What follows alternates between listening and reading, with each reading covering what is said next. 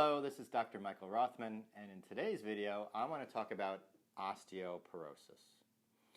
So osteoporosis actually literally means porous bones, or holes in your bones, or thin bones. Now this is important, of course, because if your bones are thin, you could break them very easily, and a lot of people suffer from fractures, hip fractures, spine problems, etc. Osteoporosis is a very, very serious and a very common problem. And there's many different approaches to how to deal with osteoporosis. I'd like to talk about a few of them. For most people, if you go to your doctor and your doctor measures your bone density and determines that you have osteoporosis, he or she may recommend vitamin D and calcium or some sort of drug. So vitamin D is clearly very important for bone health, and we'll get back to that in a moment. Let's talk about the role of calcium in osteoporosis. Now, a lot of doctors will say, yes, take calcium, take calcium. The problem is that osteoporosis is not a case of calcium deficiency. It's a problem with calcium metabolism. And the calcium's coming out of your bones and either going to other tissues in your body or ending up in the toilet bowl. And if you take calcium, are you sure it's getting into your bones? Because it can end up in your blood vessels, in your kidneys, in your brain, in your joints, on your nerve tissues. So you must be pretty careful when you take calcium, just like you need to be careful when you take other supplements. These are very, very powerful things that oftentimes are not given enough respect in terms of how they can affect you. So I do use calcium in my practice, but very special forms of calcium, and I want to determine what form of calcium that you need. Let's talk about the drugs that are often used to treat osteoporosis. These drugs are called biphosphonates, the most popular ones, and what they do is they reduce the breakdown of bone in your body. And you may say, well, that's a good thing, right? Because it helps bone build up. The problem is that bone is a living tissue. It needs to be recycled. It gets old and it starts to get weak and it crumbles.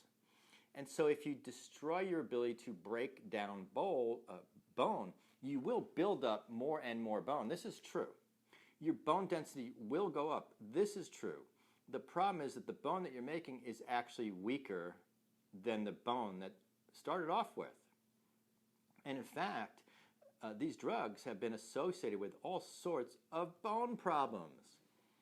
People are getting osteonecrosis of the jawbone from taking these biphosphonates. There are many dentists that will not pull your tooth if you're taking one of these drugs because they're afraid you're going to end up with osteonecrosis of your jaw. And now they're actually seeing pathological femur fractures in people that take these drugs. So how can this drug be good for your bones if it causes bone problems? The answer, it's not good for your bones. So what is my approach to a patient with osteoporosis? I want to improve your calcium metabolism. First of all, what are your bones made out of in the first place? They're made out of protein, calcified protein. You need to eat enough protein in your diet in the form of either meat or fish or eggs or cheese or poultry, because your bones, as the rest of your body is made out of protein. That's number one. But also we need to make sure that your hormones are balanced properly. If you have low progesterone, if you have low testosterone, this could actually lead to osteoporosis. Conversely, high levels of other hormones can hurt you as well. High levels of estrogen, high levels of cortisol can lead to bone loss. So your hormonal balance is vitally important to your bone health as it is to your overall health. So if you came to see me, I would measure your body chemistry. I would measure your hormones. Another thing that's important for osteoporosis is something called inflammation. Inflammation will cause any disease in your body, including osteoporosis. And inflammation can actually lead to altered levels of vitamin D, altered vitamin D metabolism, and then we have to ask ourselves what's causing that inflammation in the first place. This is a very, very complex question with a complex answer. There's many things that can lead to inflammation. Let me just give you an example. Let's say that you are gluten intolerant, meaning that if you eat glutens, it'll cause an inflammatory response in your body. Well, believe it or not, eating glutens, if you're gluten intolerant, can actually lead to osteoporosis and many other problems as well. So the bottom line is that if you have a disease, if you have a symptom, whether it's osteoporosis or anything else, you want to fix what's wrong. You don't want to just treat your symptoms with drugs. And you don't want to indiscriminately throw supplements into your body to try to treat these symptoms because it is very complicated. You need to do these things under the care of a physician that knows what they're doing. I hope this is helpful.